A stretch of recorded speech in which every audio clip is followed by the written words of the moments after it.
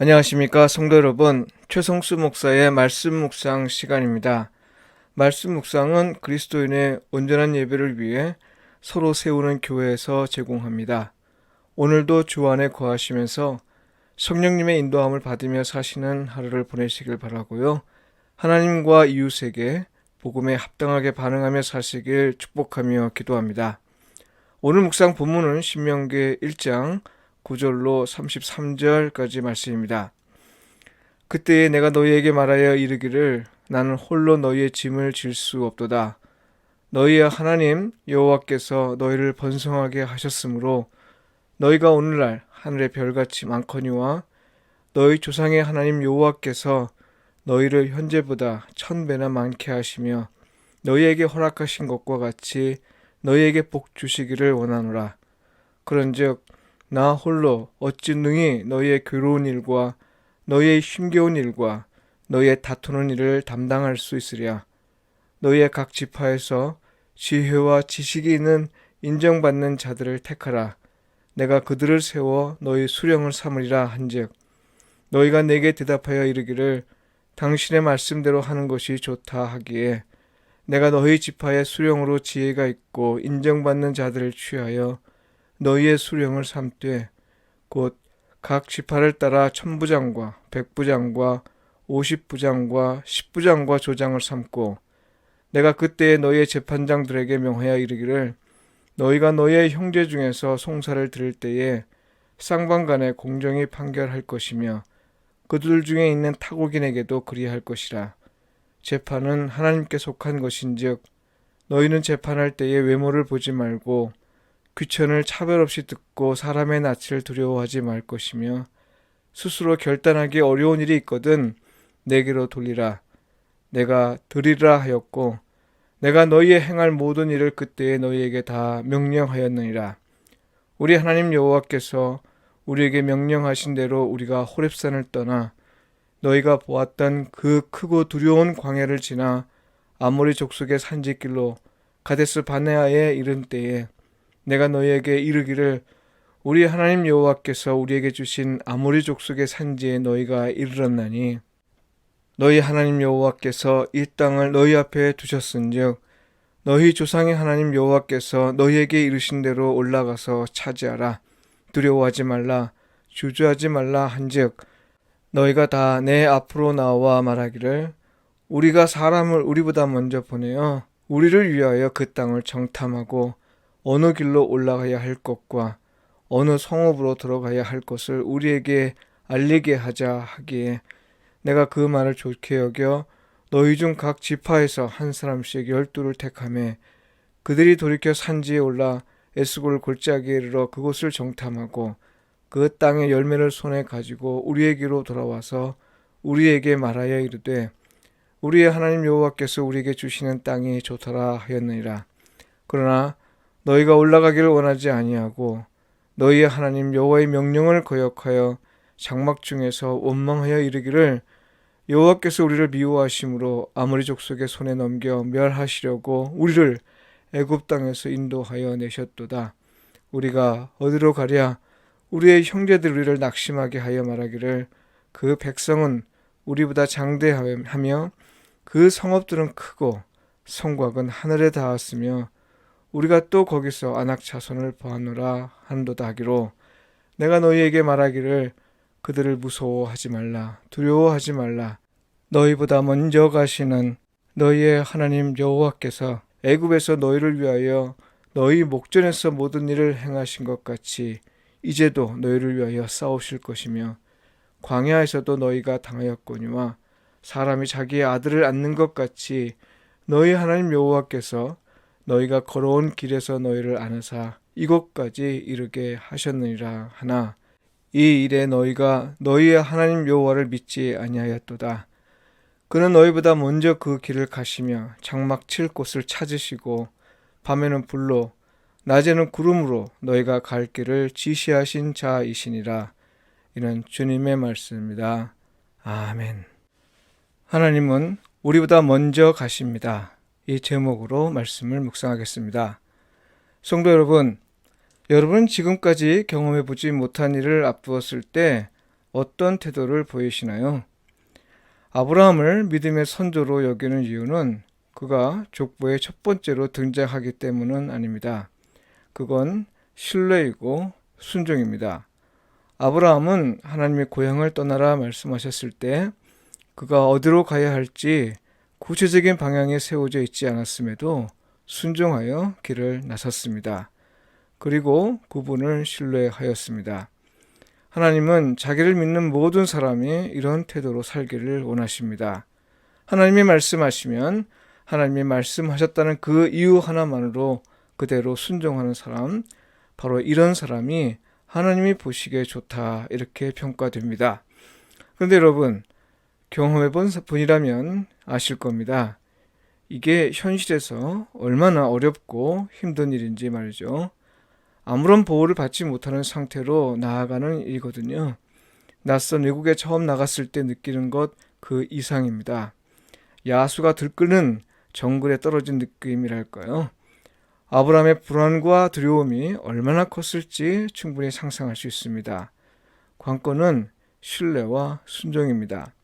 하나님이 말씀하셨다는 그 이유 하나만으로 불안과 두려움을 이겨내고 순종할 수 있는가 하는 거죠. 솔직히 아브라함의 신뢰와 순종을 오늘 우리의 것으로 삼으려 할 때 겪는 가장 큰 어려움이 있습니다. 내가 떠나고 머무는 일이 진정 하나님이 말씀하신 것인지 알지 못하는 겁니다. 내가 아쉬워서 결정하는 건 아닌지, 하나님이 말씀하신 것이긴 한 건지, 하나님이 원하시기는 하는 건지 등등 말이죠. 만일 하나님이 분명히 말씀하셨다면 힘들어도 감당할 만한 일입니다. 적어도 하나님을 믿는 사람이라면 그럴 겁니다. 그런데요, 하나님이 말씀하셨는지 도무지 알 수 없는 상황에서는 어떻게 해야 할까요? 무엇을 기준으로 하나님의 뜻을 알 수 있을 것이며 무엇을 기준으로 하나님이 말씀하셨다고 믿을 수 있을까요? 이걸 잘 모르기에 결정은 미뤄지고 마음은 복잡해집니다. 시간이 가면서 불안과 염려와 두려움의 몸집은 점점 더 커지죠. 애굽에서 나와 약속의 땅으로 알려진 가나안 지역 앞까지 다다른 이스라엘 백성의 심정이 꼭 이와 같았겠다라는 생각이 듭니다. 하나님이 약속하신 땅이란 말은 숱하게 들었을 겁니다. 그러나 막상 그 땅 앞에 이르렀을 때 그들은 한 번도 경험해보지 못한 상황을 나름대로 대비하길 원했습니다. 무엇보다 그 땅을 어떤 방법으로 차지할 수 있는지 알아보기를 원했습니다. 1장 22절에 보면요. 우리가 사람을 우리보다 먼저 보내어 우리를 위하여 그 땅을 정탐하고 어느 길로 올라가야 할 것과 어느 성읍으로 들어가야 할 것을 우리에게 알리게 하자 이렇게 말하고 있습니다. 이 말은 모세의 말을 듣고 난 후에 나온 제안이었는데요. 모세는 21절에서 여호와 하나님이 주신 것이니 올라가서 차지하되 두려워하지 말라 주저하지 말라 이렇게 말하였거든요. 그러니까요. 이스라엘 백성은 그 땅을 차지해야 했습니다. 차지해도 되는 게 아니라 차지해야만 했습니다. 왜냐하면 가나안 지역은 지금 죄로 가득했기 때문입니다.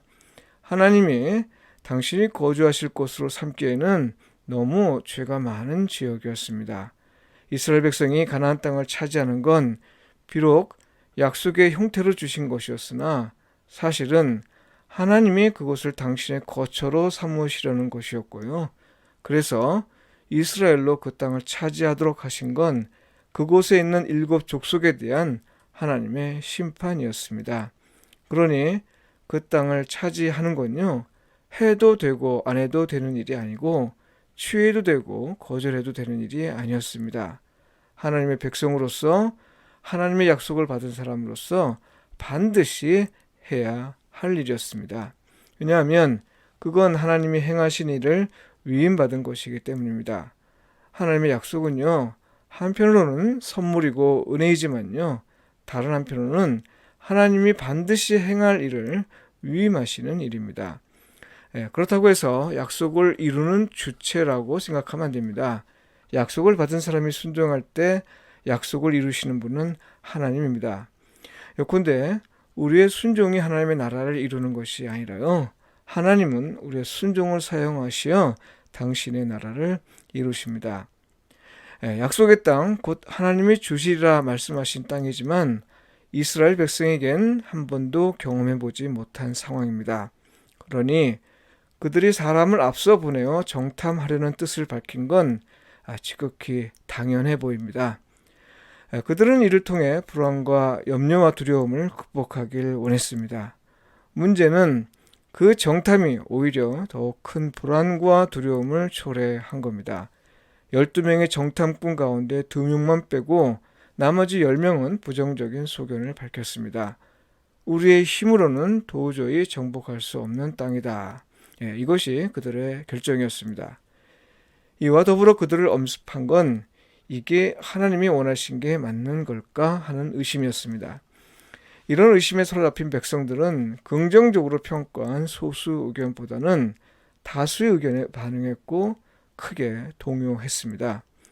이때 모세는 그들이 약속의 땅 앞에서 보였던 태도와 정반대의 말을 했는데요. 너희보다 먼저 가시는 너희의 하나님 여호와를 말합니다. 그들은 사람을 먼저 보내어 정탐했으나 모세는 우리보다 앞서 가시는 분은 하나님이라고 말한 겁니다. 먼저 보낸 사람은 두려움을 가지고 왔으나 먼저 가시는 하나님은 그렇지 않으실 것이라는 말이죠. 이걸 두고 우리는 모세의 신학이라 말할 수 있는데요. 모세의 신학은 도대체 어떤 근거에 기초하는 것이기에 사람들은 먼저 사람을 보내고도 얻지 못한 상황에서 먼저 가시는 하나님을 말할 수 있었던 걸까요? 여러분, 모세가 하나님을 이렇게 말할 수 있었던 건요, 하나님이 광야에서 이스라엘 백성을 어떻게 인도하셨는지를 잊지 않았기 때문입니다. 31절에 기록된 모세의 표현을 보십시오. 사람이 자기 아들을 아는 것 같이 너희의 하나님 여호와께서 너희가 걸어온 길에서 너희를 아느사 이곳까지 이르게 하셨느니라. 이걸 자세히 설명하면서 33절에는 이렇게 말합니다.